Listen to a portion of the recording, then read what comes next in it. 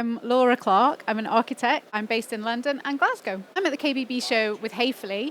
I have partnered up with them to look into their research on functional spaces, kitchen living, and what the consumers, what the homeowners really, really want out of their kitchens today. Hafele put together a survey just to kind of really get to grips with how people feel in their space. So not just necessarily about kind of numbers of units and cupboards. It's about feeling and about how our homes make us feel.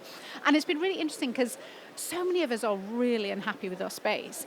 And storage, I mean, my middle name is Storage actually, but like so much that comes up over and over and over again.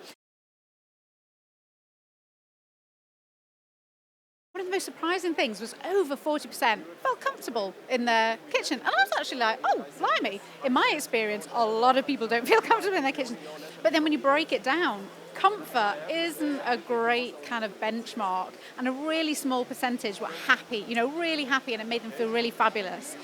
So I think we're so used to putting up with small spaces, kitchens that have been kind of put in behind closed doors. We're so used to that. And I think it's indicative of how us as homeowners can now start to take ownership and a bit of autonomy on design. So these places are brilliant. Everyone comes together and we listen to each other to make a difference. Research pointed out storage. I mean, I have been harking on about storage and utility rooms till I'm blue in the face. And finally, we've got some stats. Did you know that the average home in England, only 10% of homes have a separate utility space? We've got these fabulous homes, we're in the 21st century, and we're still drying our pants on the radiator. What is going on?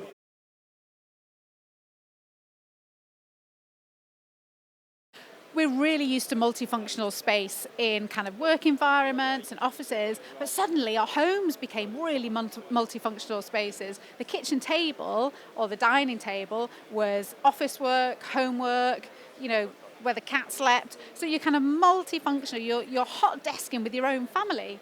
So I think that's going to continue. It has to continue. There's still kind of work from home going ahead. And I think it's a good thing, spending time in the home, spending time with your family, it can only be a good thing.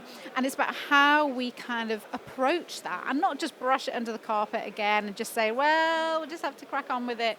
It's looking for solutions that will make your life better. And just moving everything off a kitchen table so you can do one function or the other isn't good enough. I think homeowners, they're really getting educated in design, and that's so exciting. Parents have been always kind of quite design savvy. They weren't interior designers or architects or anything, but they've always loved kind of fashion in, clothes and home style. Mum and Dad are really quite contemporary. I mean, Mum and Dad have got red, yellow, and blue carpets, okay? I'm just going to leave it there. And they join at angles. I'm just going to leave it there. So they've always been like really design-led. But when you think about it, the last 20 years, it's only really been since the kind of shows like Grand Designs and IKEA. I honestly think IKEA has had a huge impact. Before, we were kind of just sold stuff, but IKEA have got design at their heart. And similar to Hafele, they're looking at how to create function within the home. A few years ago, things like changing rooms and stuff, you kind of watch it because it was like really compulsive viewing because you're like, oh, what's he going to do? He's going to paint everything pink. But now we're like, how are we going to take those ideas that we see on the shows and put them in our home? So there's a focus on the homeowner. It's all about bringing that together and giving credit to the homeowner. We're not selling them something that they don't need. We're working with them to fulfill their needs.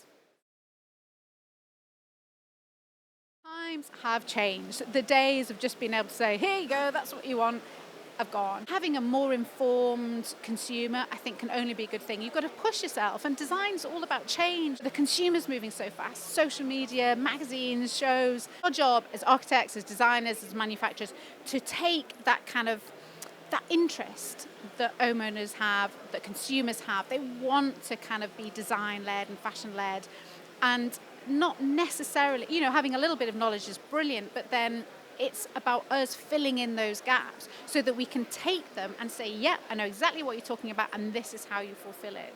So rather than kind of stepping back and asking them, what do they want? We say, oh, I can see your vision, I know where you're going, and then you fill in that knowledge gap.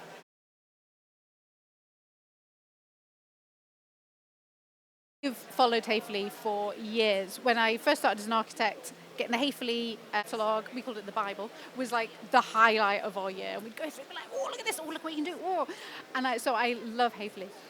And what I hadn't quite realised is how much they do. They touch every single thing in our home.